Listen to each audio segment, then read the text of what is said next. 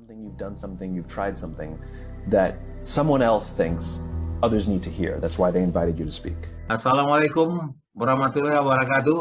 Waalaikumsalam. Bang Santoso, maju-maju abang, sehat bang? Sehat, aman.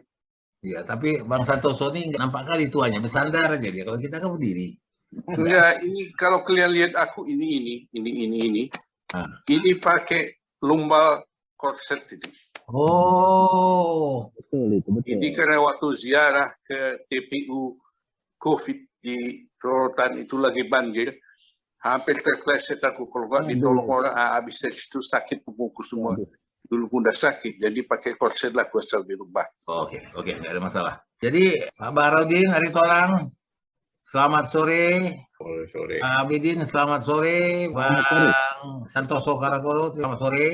Dan Ibu Kosti Panjaitan. Selamat sore. Apa kabar Bu? Mudah-mudahan ini bisa menjadi satu pembicaraan yang menarik.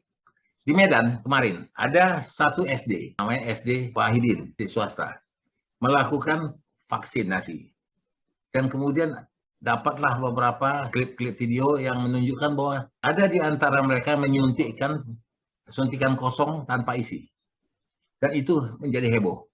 Dan itu menjadi viral. Kita tidak mau terbawa sekali kepada viral yang tidak benar. Tetapi kita mau lihat apakah ini betul-betul kosong ataukah ada apa. Dan kemudian apa di balik ini semua. Ini meresahkan masyarakat.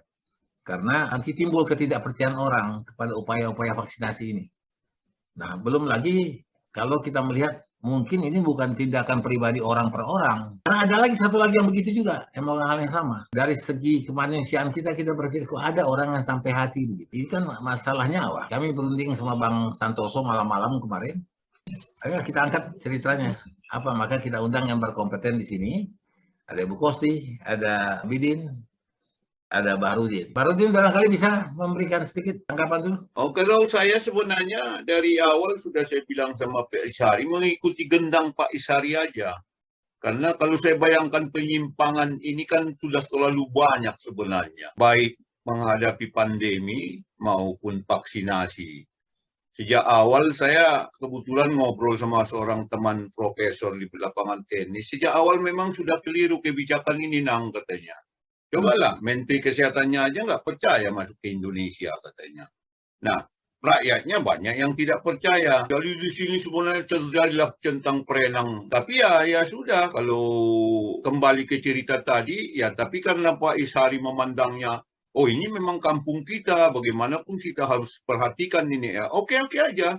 Bagi saya sudah terlalu kenyang membacanya, membahasnya, mengamatinya tentang pelaksanaan menghadapi pandemi COVID-19 ini. Bahkan kemarin di koran mengatakan 1,5 juta vaksin sudah kedaluarsa. Bisa nggak Bapak-Bapak Ibu bayangkan? Jadi ya memang ya sudahlah, mau bilang apa kan? Tapi mungkin ke depan bisa ada perbaikan pelan-pelan. Nah, jadi kembali ke kasus ini sebenarnya, saya sebenarnya ya sudah mengelus dada aja. Cuma memang juga sering saya ingatkan sama Pak Ishari, Medan itu kan memang lain dari yang lain. Ya, betul. Iya, namanya ini Medan Bung, kata, udah langsung aja lain dari yang lain. Pertama tentang yang bekas pun di Kuala Namu di Medan terjadi. Dokter yang menjual vaksin pun di Medan yang terjadi. Iya kan? Nah kemudian ini suntikan kosong lagi di Medan pula. Walaupun sebenarnya saya juga mengikuti di daerah lain. Bahkan ada joki dari daerah lain. Tapi kan kita fokusnya kebetulan Medan. Bagi saya netral-netral aja memandang ini. Tapi ya nanti mungkin bisa saya tambahkan lagi. Barangkali itu aja dulu sementara. Betul, Din. Kalau saya lihat begini, bahwa sebetulnya agak miris juga hati kita. Ya. Kita ini anak Medan semua. Nah, tapi kan kata orang, anak Medan itu, ya apapun dia akan bikin buat Medan. Kecuali tinggal di Medan. Kamu tinggal di Medan. Itu hebatnya ya. Tapi kita peduli. Iya. Kenapa kita bikin ini, acara ini? Karena kita peduli. Kadang-kadang jumpa kita kawan kita yang orang Jawa. Ngeri kali Medan kau tuh katanya. Segala hal-hal yang barangkali tak terpikir orang bisa terpikir di sana. Iya. Bayangkanlah, aku lihatlah suster yang mau Dari depan dong biar nampak. Apa tuh? Pakai tisu bu sakitnya ya dia yakin nih kamu mana ini kan pakai tisu bu sakitnya Cita-citanya apa ini? Besar. Cita-citanya apa, no? bukan Yang di subuh sakitnya ya. Cita-citanya apa, Nak? Cita-cita kami deh. Buat apa ramah dia? Apa cita-citamu, Nak? Apa cita-citamu? Tapi jadi tadi itu ya. Yang kosong. Jadi ada semacam keberanian yang dari mana datangnya coba? Iya, Itu iya. berani. 599 orang yang sudah divaksin ya Sehari. per hari.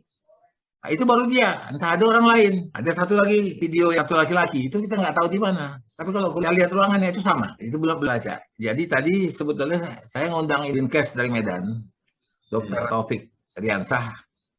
Tetapi beliau memang hari ini dipanggil oleh wali kota. Apakah sudah keluar dari kamar wali kota? Tetapi beritanya sudah ada yang mengatakan, ya mungkin sudah diketahui juga, yang mengatakan bahwa ini di luar kewenangan Dinkes. Jadi saya tanya per telepon tadi, kenapa yang mengadakan itu adalah Polres di Medan Labuan, SD swasta. Nah, jadi bingung bagaimana nih apanya pengawasannya. Nah, tentu kan dalam hal ini Pak Dr. Abidin barangkali bisa menerangkan. Ya, terima kasih Bang Hari.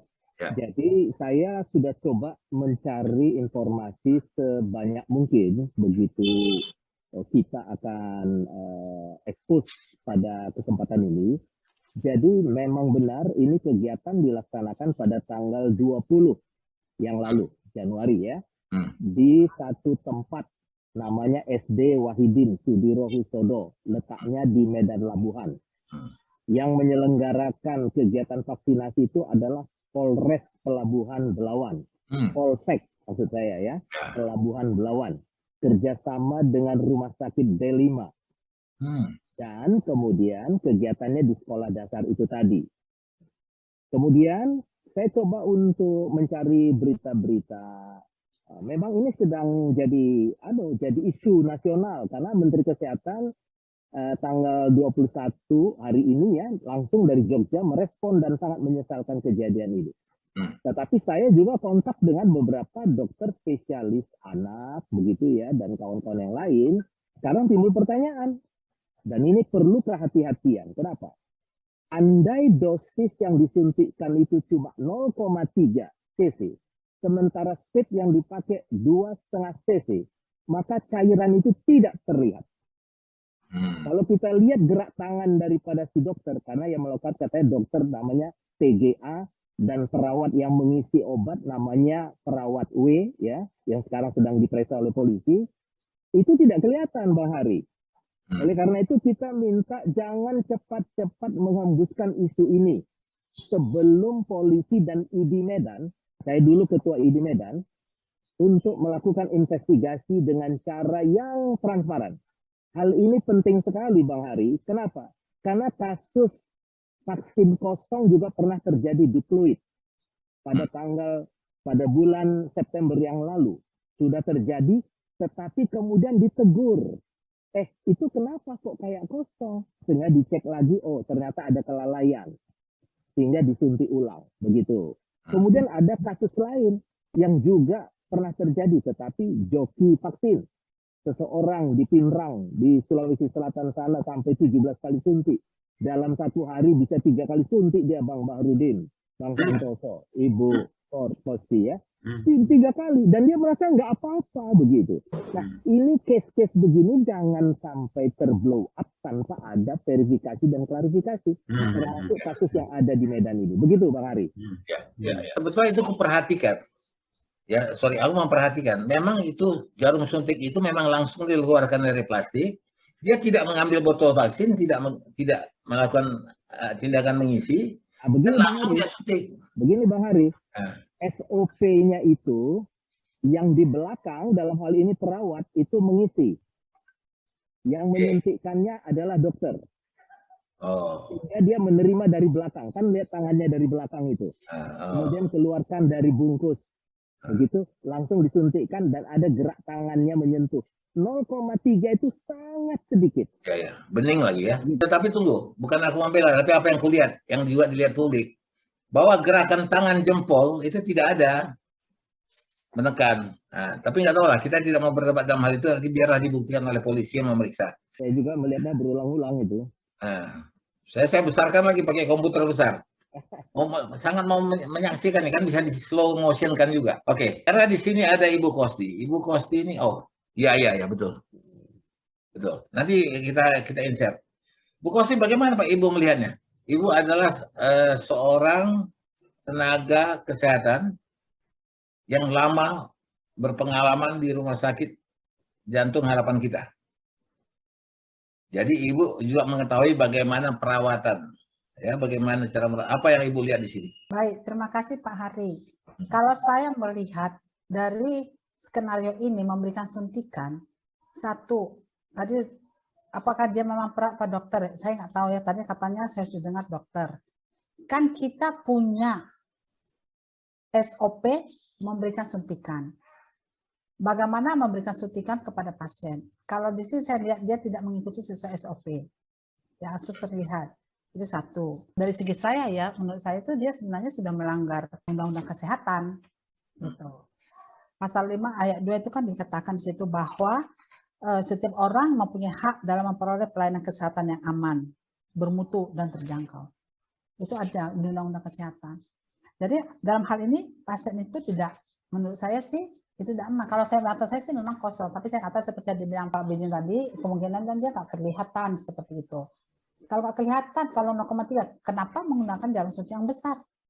Kan standarnya harusnya boleh aja pakai suntikan 1 cc yang pakai ada 0,3 seperti itu.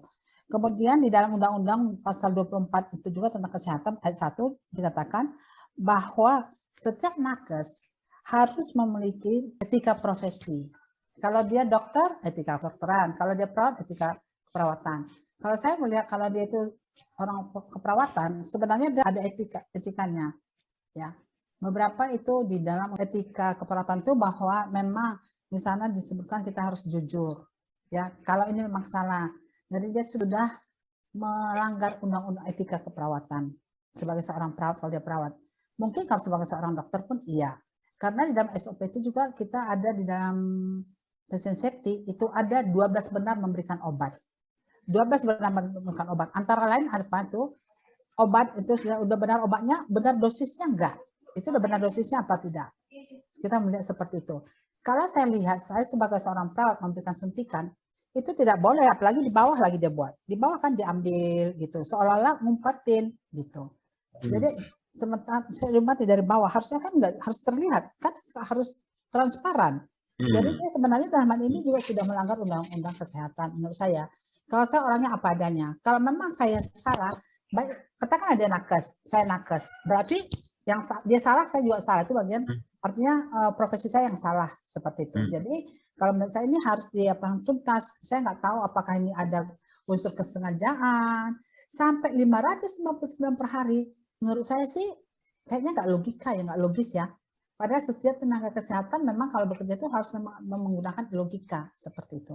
Mungkin itu dulu dari saya, Pak. Terima kasih. Bang Santoso, Oi, tolong komentar Bang. begini, aku baru sini tadi Abidin cerita, baru tahu sebagian besar faktanya, ya.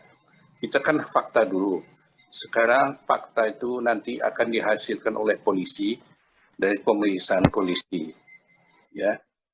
Kalau kita anggaplah itu faktanya, seperti yang dibilang Pak Ari, orang itu ada dulu di sekolah namu, macam-macam ya. Kalau faktanya memang begitu, ada beberapa hal yang perlu kita sidik. Saya ambil diri saya dulu. Saya sudah 3 kali divaksin ya. Ini SOP-nya. Setiap kali mau divaksin, ini vaksinatornya adalah perawat. Setiap kali mau divaksin, saya ditunjukkan itu di vial. Ini vaksinnya Pak. Oh, merek itu sebelah. Diambilnya, saya suntik ya, sekian cc. Sudah cc, sesudah itu, dia tunjukkan lagi, saya potret. Iya, betul. Oh, itu yang betul. SOP itu ditunjuk kepada pasien sehingga pasien tahu gitu kan. Itu kan terlalu singkat dia punya video sehingga kita tidak tahu itu. Cuma menurut saya 500 satu hari divaksinasi oleh dokter. Kalau betul 1 hari, nggak betul itu 500 vaksinasi. Nggak ada 500 orang divaksin. Ngumpulkan 500 orang itu bukan gampang itu. Iya kan? Iya. Nah, kalau betul itu faktanya, Kalau faktanya nggak betul, ya nanti kita dengar polisi. Tapi kalau katanya 500 sehari saya kerjakan ini, nggak betul. Itu yang priok yang ditangkap Sempurna 40 lebih. Jadi itu memang terlalu pendek untuk dilihat ya.